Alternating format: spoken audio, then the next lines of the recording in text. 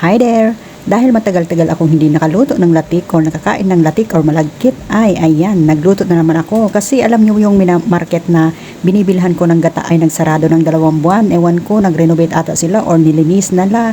Hindi ko alam. Basta, nung narinig ko na open na yung market na yun ay bumili ako, napasugod ako bumili ng gata. Kasi namimiss ko yung, kung talagang yung nakasanayan natin na kinakain ay talagang hinahanap-hanap pa rin natin, no? At syempre, hindi lang yun, meron din kaming tilapia na ulam at ito rin, itlog. Kulang na lang ang talong kasi kompleto na, may tilapia, may itlog, talong na lang ang kulang. At syempre, meron din kaming porridge. Ayan. O, syempre. At syempre, titingnan na natin yung itlog kung pwede nang baliktarin. At syempre, oo na, pwede na. Sige na.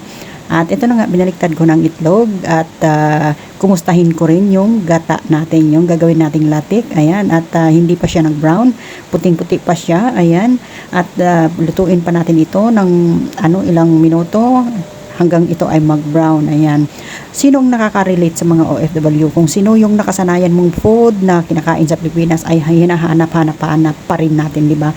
At syempre, ito na yung itlog, meron siyang ham, cheese at lettuce at syempre kamatis. At magluto na rin ako ng kanin, syempre, para may ito yung nagpapalakas sa aking katawang lupa, kanin. Without kanin, talagang nanginginig yung aking katawang lupa. At ito na yung latik. Medyo okay na siya. Konting pus pa, konting luto pa. At syempre, ito na rin yung tilapia na walang buhok. Okay na siya, luto na siya. At luto na rin yung aking latik. Ayan. At syempre, lalagyan ko yan mamaya ng glutinous.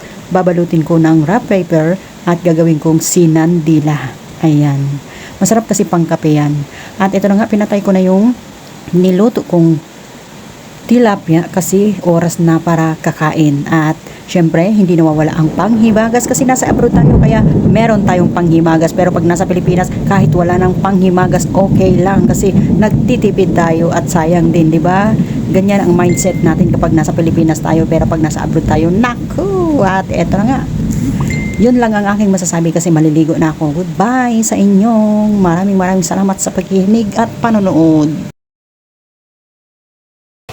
Yun lang ang aking may share at ako ay maliligo na. Kaya bye-bye!